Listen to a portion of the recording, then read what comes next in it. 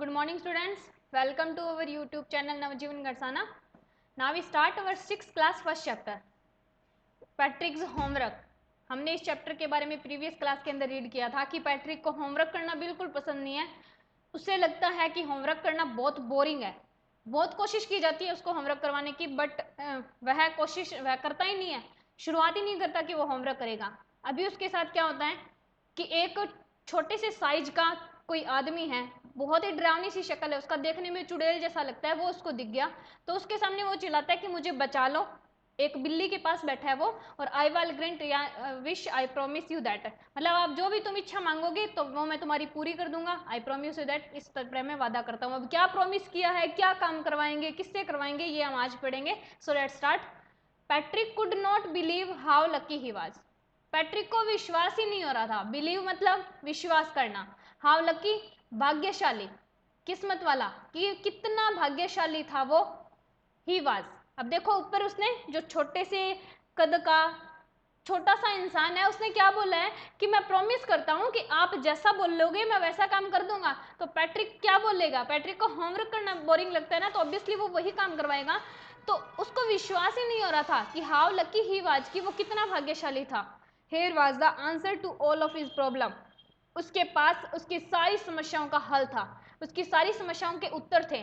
So he said, उसने कहा, only if you do all my homework, यदि तुम मेरा सारा होमवर्क कर दो. देखो प्रॉब्लम को हिंदी में बोलते हैं समस्या, आंसर को हिंदी में बोलते हैं उत्तर, ठीक है, या फिर हल.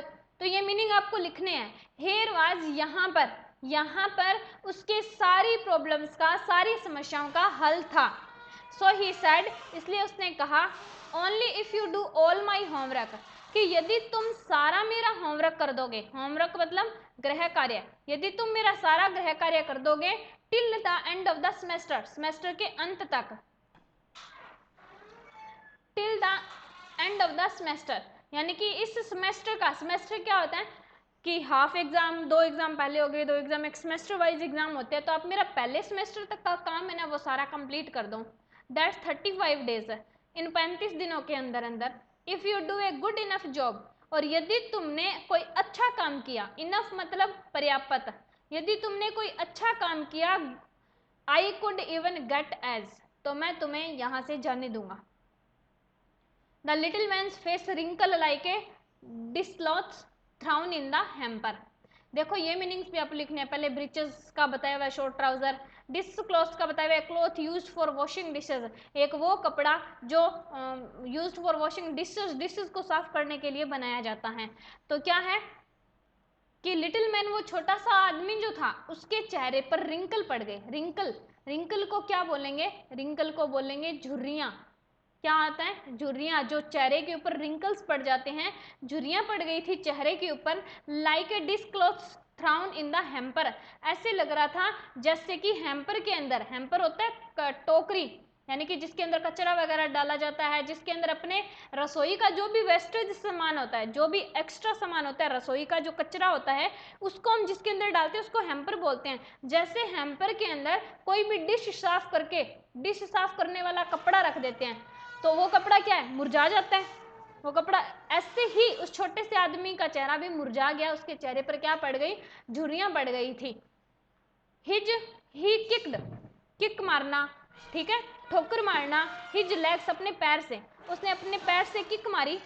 एंड डबल्ड हिज फिस्टस, और फिस्ट बोलते हैं मुट्ठी को. फिस्ट किसको बोलेंगे? मुट्ठी को. और उसने अपनी मुट्ठी को डबल कर लिया, यानी कि बंद कर लिया. क्या था? दोबारा देखो, जब उससे एक काम करने के लिए बोला गया, अपना होमवर्क करने के लिए बोल दिया उसने कि मेरा पूरे पहले सेमेस्टर का सारा काम कंप्लीट करके दो, तो छोटे से आदमी के चेहरे के ऊपर झुर्रियां पड़ गई, जैसे कि किसी डिश को साफ करके जो कपड़े के ऊपर झुर्रियां पड़ जाती है, उसी तरह से. उसने क्या किया? उसने अपनी टांग से ठोकर मारी, किक मारी, एंड डबल हिज फिस्ट, अपनी मुट्ठी को बंद कर लिया. And he grimaced and scowled and pursed his lips. He grimaced, देखो ग्रिमेस्ड किसको बोलते हैं? स्कॉल्ड के. Pursed his lips, his face had these expression showing disgust, anger and disapproval. Grimaced का, स्कॉल्ड का, एंड प्रेस्ड हिज लिप्स का. देखो होठों को दबाना, प्रेस्ड हिज लिप्स, होठों को दबाना, ठीक है। ग्रिम्स एंड स्कोल्ड का मतलब होता है अभिव्यक्त करना, डिस्गस्ट नाराजगी, एंगर गुस्सा। क्या? नाराजगी और गुस्सा, यानी कि उसको बहुत गुस्सा आ रहा था, वो बहुत नाराज था इस बात से, तो उसके चेहरे पर एक्सप्रेशन, उसके चेहरे पर अभिव्यक्ति वही आ रही थी, तो उसने उस गुस्से के चेहरे में, उस नाराजगी में वो क्या कर रहा है, अपने होठों को दबा रहा है, अपने होठों को बार बार दबा रहा है वो गुस्से के अंदर। ओ एम आई क्रस्ड, अरे मुझे कैसा श्राप मिला है, but I will do it, लेकिन मैं ये काम करूंगा। मुझे कैसा श्राप मिल गया, लेकिन फिर भी मेरे को ये काम करना पड़ेगा। समझ आ गया होगा आपको यहाँ तक? जो जो मीनिंग मैं लिखवा रही हूँ आप उस मीनिंग को जरूर नोट करोगे, और ये ग्लोसरी भी अपनी बुक के कॉपी के अंदर नोट करोगे। नेक्स्ट देखो, 5th नंबर पार्ट में क्या लिखा हुआ है, and true to his word, उसके शब्द सही थे, that little elf began to do Patrick's homework, उस छोटे से व्यक्ति ने, उस छोटे से इंसान ने बिगैन शुरू कर दिया, बिगैन क्या होता है, शुरू करना, उसने शुरू कर दिया, टू डू करना, पैट्रिक्स होमवर्क, पैट्रिक के होमवर्क को करना शुरू कर दिया। Expect there was one glitch क्या होता है, एन इनफॉर्मल वर्ड है, fault in a machine that prevent it from working properly, here hitch और प्रॉब्लम। ग्लिच का मतलब होता है समस्या, जैसे कि किसी मशीन के अंदर कोई फॉल्ट होती है, कोई कमी होती है, तो वो काम करना बंद कर देती है। Expect there was one glitch, expect के बजाय, के अलावा, ठीक है, के अलावा, एक गलती होने के अलावा, देयर वाज वन ग्लिच, वहां पर सिर्फ एक गलती थी, उसके अलावा कुछ नहीं। The elf did not always know what to do, क्योंकि क्या गलती थी, उस छोटे से इंसान को ये पता नहीं था व्हाट टू डू, कि करना क्या है, एंड ही नीडेड हेल्प, और उसको सहायता की जरूरत थी। देखो यहाँ क्या है, except there was one glitch, बोला ना, ग्लिच मतलब समस्या, गलती, बस एक ही गलती थी किसी और काम के अलावा, बाकी उसने सब कुछ कर दिया, सिर्फ एक गलती थी। वो गलती क्या थी कि उस व्यक्ति को डिड नॉट ऑलवेज नो, उससे हमेशा से ही नहीं पता था, वो कभी से नहीं जानता था, ऑलवेज होता है हमेशा, ठीक है, नो होता है जानना, वो नहीं जानता था व्हाट टू डू, कि क्या काम करना है, होमवर्क करना क्या है, एंड ही नीडेड हेल्प, और उसे सहायता की जरूरत थी। हेल्प मी, मेरी सहायता करो, हेल्प मी, मेरी सहायता करो, ही वुड से, वह कहता है, and Patrick would have to help, Patrick उसकी सहायता करता है, इन वट एवर वे, जिस भी तरीके से करता हो, लेकिन उसकी सहायता करता है।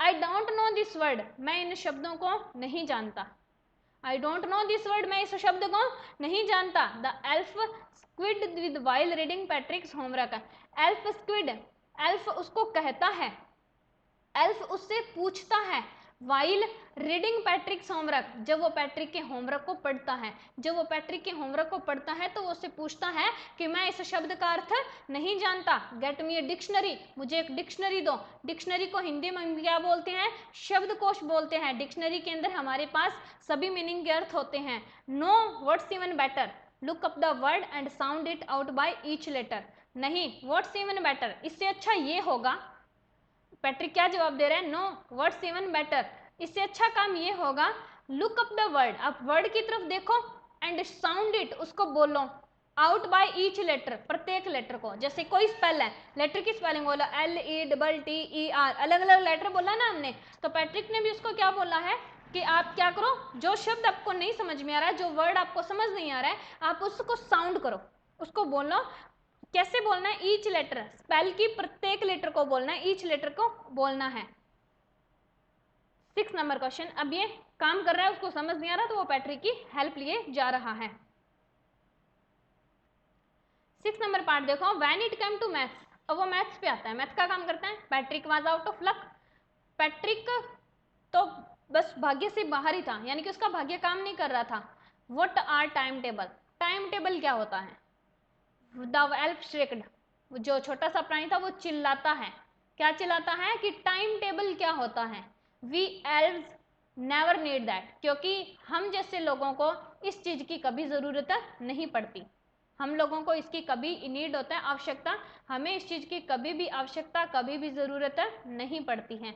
तो ये देखो, ये मीनिंग आवश्यकता, श्रिक मतलब चिल्लाना, ठीक है, और क्या था, पूछना,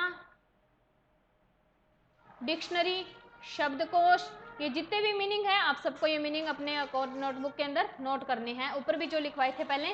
तो आज के लिए बस इतना ही। इस चैप्टर का जो भी पार्ट है ये 6 पार्ट अपने नेक्स्ट वीडियो के अंदर कंप्लीट करेंगे, और आप अपनी इस वीडियो को देखें, जितना काम आपको मिलता है वो अपना काम कंप्लीट करो। Thank you.